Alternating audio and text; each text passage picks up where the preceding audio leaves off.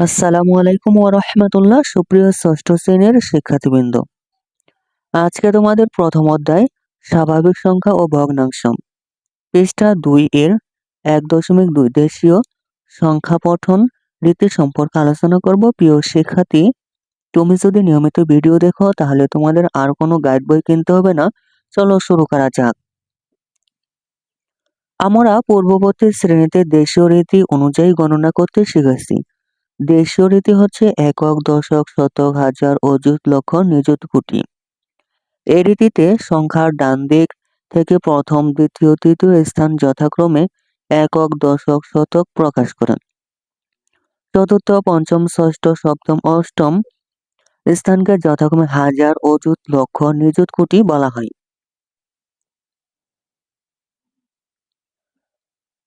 প্রথম সংখ্যা হচ্ছে প্রথম ঘরে হচ্ছে একক, দ্বিতীয় ঘরে দশক, তৃতীয় ঘরে হচ্ছে শতক, চতুর্থ ঘরে হাজার। এগুলো হচ্ছে দেশীয় পদ্ধতিতে। পঞ্চম অযুত, ষষ্ঠ লক্ষ, সপ্তম নিযুত, অষ্টম কোটি। এককের ঘরের অঙ্কগুলো কথায় লেখা বা পড়া হয় 1, 2, 3, 4 ইত্যাদি। কিন্তু কিছু অঙ্কের সংখ্যাগুলোর বিশেষ বিশেষ নাম রয়েছে, যেমন 25, 38, 71 পড়া হয় যথাক্রমে 25, 38, 71। শতকের ঘরের 1, 2, 3 ইত্যাদি অঙ্কগুলোকে যথাক্রমে 100, 200, 300 ইত্যাদি পড়া যায়। শতকের ঘরে যে সংখ্যা লেখা হবে, যেমন 5 লিখলাম তাহলে 500, 6 600 ইত্যাদি ভাবে পড়া যায়। হাজারের ঘরের অঙ্কগুলোকে শতকের ঘরের মতো পড়তে হয়, যেমন 1000, 2000, 3000, 4000, 5000, 7000 ইত্যাদি আর কি। অযুতের ঘরের অঙ্কগুলো অযুত হিসেবে পড়া হয় না। অযুত হিসেবে পড়া হয় না, তাহলে কিভাবে পড়া হয়? অযুত ও হাজারের ঘর মিলিয়ে যত হাজার হয় তত হাজার পড়া যায়। ধরো অযুতের ঘরে তো 5, হাজারের ঘরে 1, তাহলে কত হলো 51, তাহলে পড়তে হবে 51,000।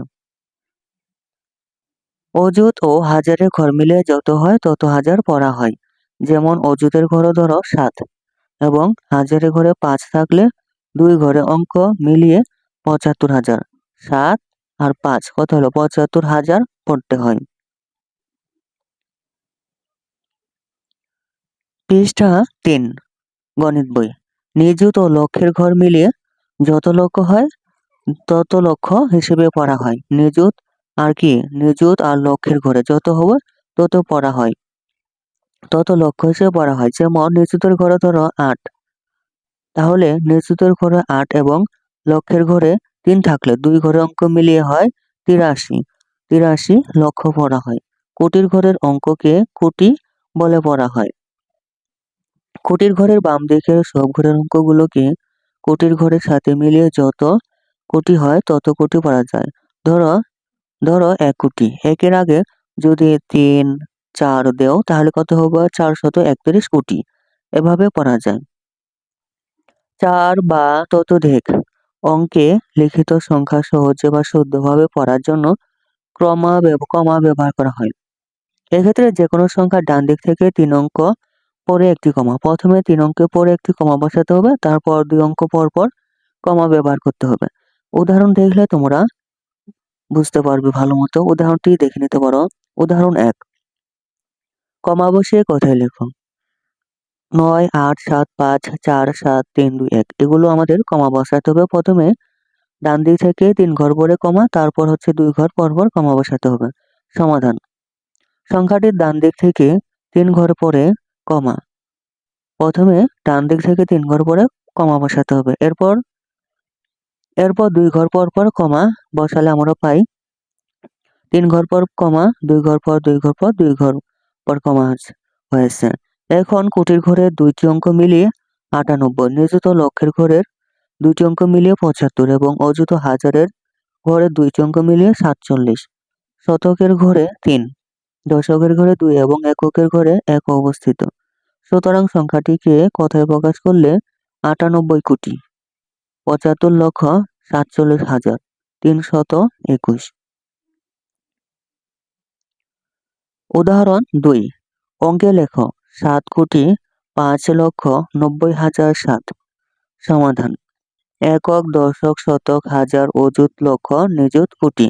প্রথমে বলা রয়েছে 7 কোটি। 7 কোটি ঘরে তাহলে আমরা 7 লিখব। তারপর হচ্ছে 5 লক্ষ, লক্ষের ঘরে 5। 90,000, হাজার, 90,000, 90 হচ্ছে দুটি সংখ্যা, তার মানে হচ্ছে হাজার এবং অযুত ঘরে মিলে 90 লিখব। তারপর 7, 7 হচ্ছে একক, এককের ঘরে 7। তাহলে আমাদের দশক, শতক আর নিযুতের ঘর ফাঁকা, ফাঁকার জন্য আমরা শূন্য বসিয়ে দেব। কথায় প্রকাশিত সংখ্যাটি অঙ্কপাতনের পর দেখা যায় যে নিযুত, নিযুত, শতক, এই যে শতকে খালি ঘর এবং দশকের ঘরে কোনো অঙ্ক নেই। এই খালি অঙ্কগুলোতে শূন্য বসিয়ে সংখ্যাটি পাওয়া যায়। শূন্য বসিয়ে সংখ্যাটি পাওয়া যায়। সংখ্যাটি হচ্ছে 7,5,90,007। প্রথমে 3 ঘর পরে কমা, তারপর হচ্ছে 2 ঘর পর পর কমা।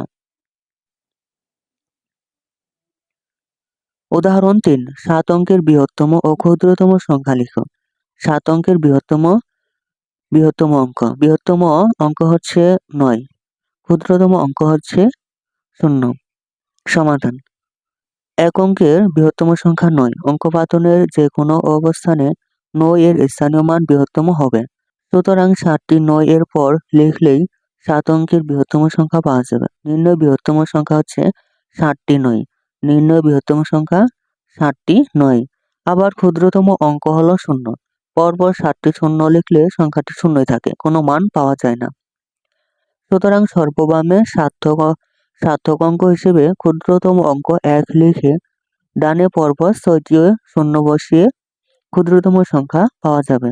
নির্ণয়ে ক্ষুদ্রতম সংখ্যা হবে প্রথমে একটি সার্থক অঙ্ক 1 বসিয়ে তারপর হচ্ছে 6টি 0 বসিয়ে ক্ষুদ্রতম সংখ্যা পাওয়া যাবে। পৃষ্ঠা 4, উদাহরণ 4 নম্বর। একই অঙ্ক মাত্র একবার ব্যবহার করে 0, 8, 0, 7, 5, 3, 4 অঙ্কগুলো দ্বারা 6 অঙ্কের বৃহত্তম ও ক্ষুদ্রতম সংখ্যা গঠন করো। সমাধান: অঙ্কপাতনে যে কোনো অবস্থানে বৃহত্তম অঙ্কের স্থানীয় মান ক্ষুদ্রতম অঙ্কের স্থানীয় মান অপেক্ষা বড় হবে। এখানে সবচেয়ে বড় হচ্ছে 8, তারপরে ছোট 7, 5, 4, 3, 0। সুতরাং বড় থেকে ছোট ক্রমে অঙ্কপাত করলে বৃহত্তম সংখ্যাটি পাওয়া যাবে। বৃহত্তম সংখ্যাটি তাহলে হবে হচ্ছে 8, 7, 5, 4, 3, 0। আবার ক্ষুদ্রতমের জন্য আবার 0, সবচেয়ে ছোট হচ্ছে 0, তারপর বড় হচ্ছে 3, 4, 5, 7, 8।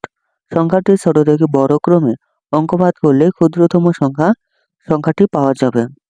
কিন্তু সর্ববামে 0 বসালে প্রাপ্ত সংখ্যাটি অর্থবোধক 6 অঙ্কের সংখ্যা না হয়ে সংখ্যাটি 5 অঙ্কের হবে। অতএব শূন্যপাতে ক্ষুদ্রতম অঙ্কটি সর্ববামে লিখে 0 সহ অন্যান্য অঙ্কগুলো ছোট থেকে বড় ক্রমে লিখলে ক্ষুদ্রতম সংখ্যাটি পাওয়া যাবে। তাহলে আমরা সবচেয়ে ক্ষুদ্রতম সংখ্যা শূন্য বাদে লিখলাম 3, তারপর 0, 4, 5, 7, 8 লিখতে হবে।